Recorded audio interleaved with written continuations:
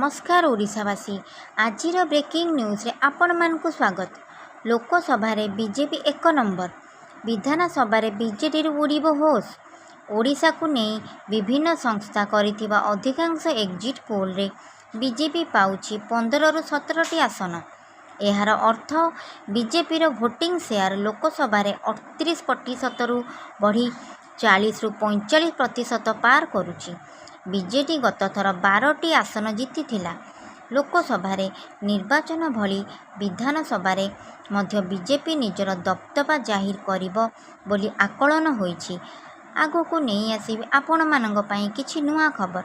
सुस्थ रुहंतु, सतर्क रुहंतु। नमस्कार ओडिशावासी।